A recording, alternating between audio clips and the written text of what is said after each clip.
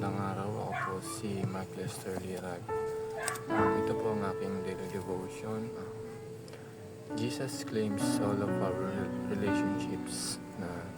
Tinalakay po ni Pastor Asilo Campos sa 365 daily devotion. Bible verse po ngayong araw ay galing sa Acts chapter 16 verse 34. Ang sabi po dito ay, the jailer brought them into his house and set a meal before them. He was filled with joy because he had come to believe in God, he and his whole household. Unang katuruan po ngayong araw ay, our true joy involves the salvation of our family.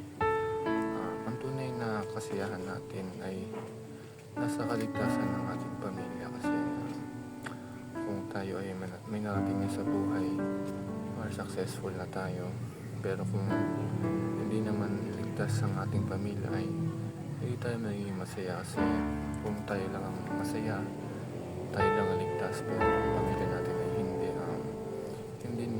hindi tayo sasaya, hindi tayo tunay na sasaya. Second teaching is, our mission is to build a Christ-centered family.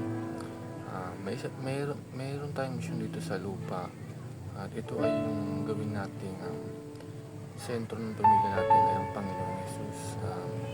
Kahit anumang relasyon yan, sa asawa, sa anak, sa kaibigan, at iba pa nating relasyon, dahil mas magiging masaya ang relasyon natin kung si Jesus ang pinakasentro nito, at dahil kung si Jesus ang sentro ng ating pamilya, magiging ligtas ang pamilya natin at magiging komportable tayo sa bawat lakad natin. Third teaching is, our family